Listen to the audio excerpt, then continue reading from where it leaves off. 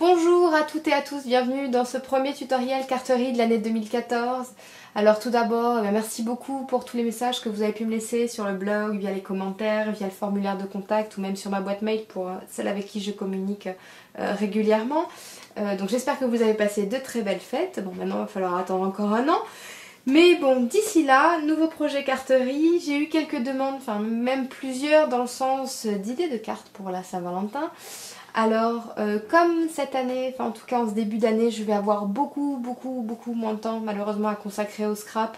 Je vais m'atteler tout de suite à des projets Saint-Valentin parce que je ne suis pas sûre de pouvoir poster avec la même régularité que les mois précédents, enfin en tout cas la fin de l'année qui s'est écoulée. Donc je vais tout de suite commencer à vous proposer des projets en rapport avec la Saint-Valentin.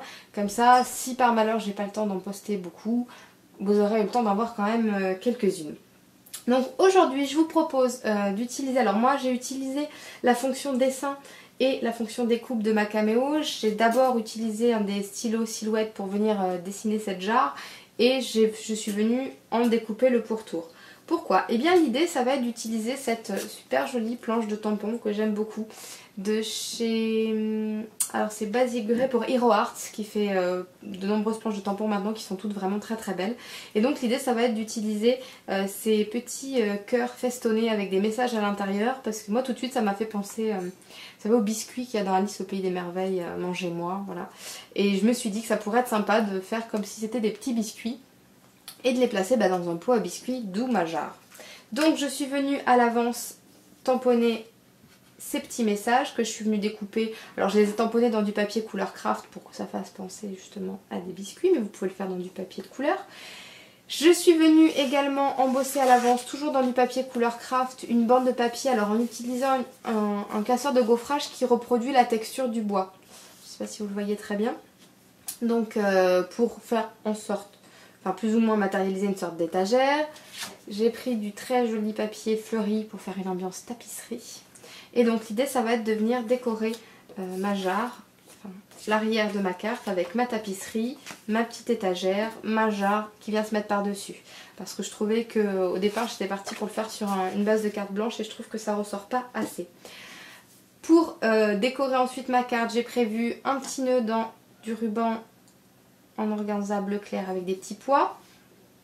Je suis venue découper alors un tout petit cœur, je ne sais pas si vous allez le voir.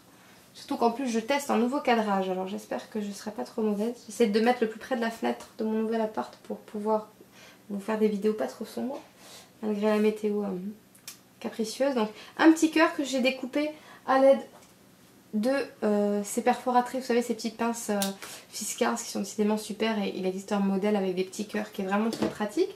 Et je suis venue réaliser une sorte de tag, une petite étiquette pour ma jarre dans du papier à motif.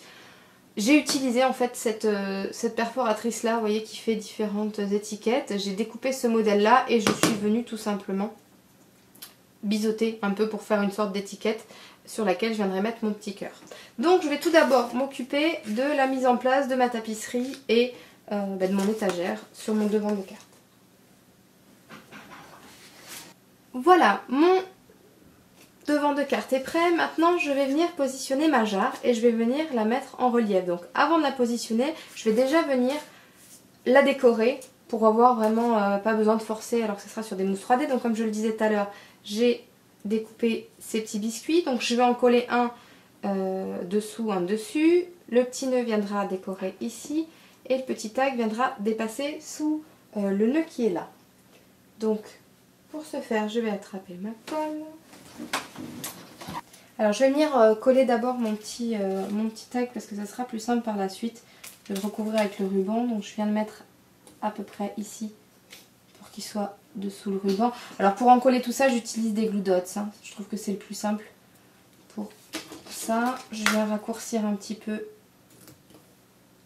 les pans de mon ruban. Hop. Voilà. Donc le petit cœur que j'ai utilisé, pareil, je vais le coller avec un glue dot et je vais venir... Oula, je l'ai fait tomber, alors petit comme il est en plus. Formidable, j'aurais plus vite fait d'en refaire un autre.